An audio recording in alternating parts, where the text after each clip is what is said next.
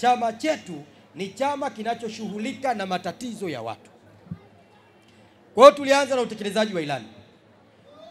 Huko wilaya zote tulipita huko, lakini kwa kuwa leo niko Geita, nilivyofika hapa nikapelekwa kwenye mradi wa maji, na kwa sababu nilielezwa kwamba hapa Geita changamoto kubwa ni upatikanaji wa maji. Yule mtaalamu alitueleza kwamba kwa sasa wilaya yetu hii ya Geita ina uwezo wa kuzalisha milioni 7 kwa siku za maji lita.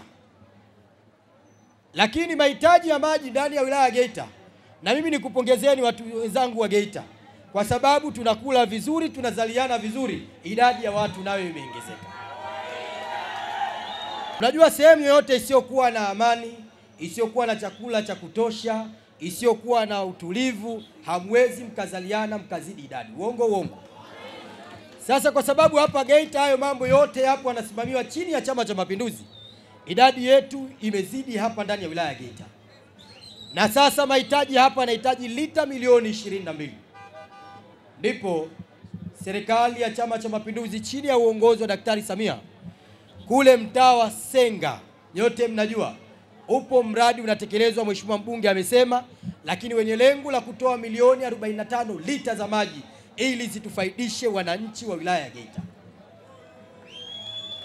Lakini kilichonifurahisha zaidi kwamba fedha tayari zishapelekwa, kilichobaki sasa tunamdai mkandarasi atukamilishie ujenzi wa kituo chetu cha maji. Na hapa nikuombe mheshimiwa mkuu wa mkoa, uzuri wewe Youth League, nikuombe sana mzee wangu, watu wasio wakasema namuelekeza, mimi sielekezi mamlaka. Yule yeye ana mamlaka makubwa, mimi nina madaraka tu makubwa. Mjue tofauti ya mamlaka na madaraka.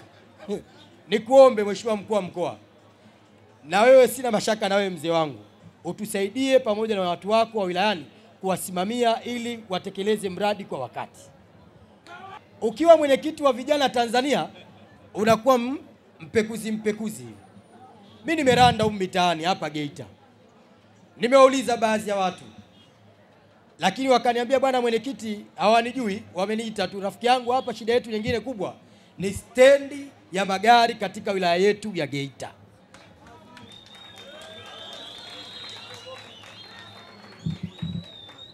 Kwa hiyo nikawasikiliza vizuri, na mimi kama kiongozi wa vijana kazi yangu kutafuta majibu, na walioniuliza wengi pale ni vijana wa bodaboda, vijana wa bajaji, lakini hata na wengine hao wanajishirikisha na tiketi na mambo mengineyo.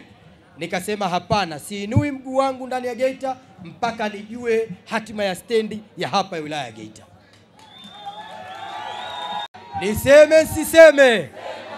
Niseme siseme? Nakupeni wiki 3 mtaanza kuona utekelezaji wa stendi ya wilaya ya Geita.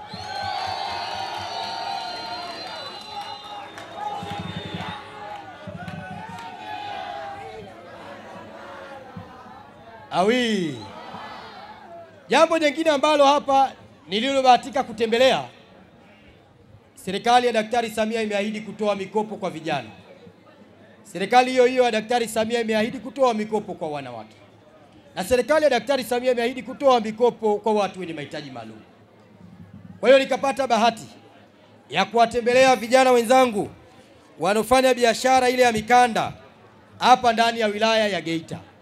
Na hapa niongezee jambo kwako ndugu yangu, sina mashaka na wewe mheshimiwa DC wa wilaya ya Geita. Na sio tu kwako, wilaya ya Bukombe na wilaya nyinginezo. Nikuombeni sana maafisa tuliowapa shughuli ya kusimamia maendeleo ya jamii ikiwemo ya vijana, tokeni ofisini, nendeni mkawaelimishe vijana ni zipi fursa zilizoletwa na serikali yao ya awamu ya 6.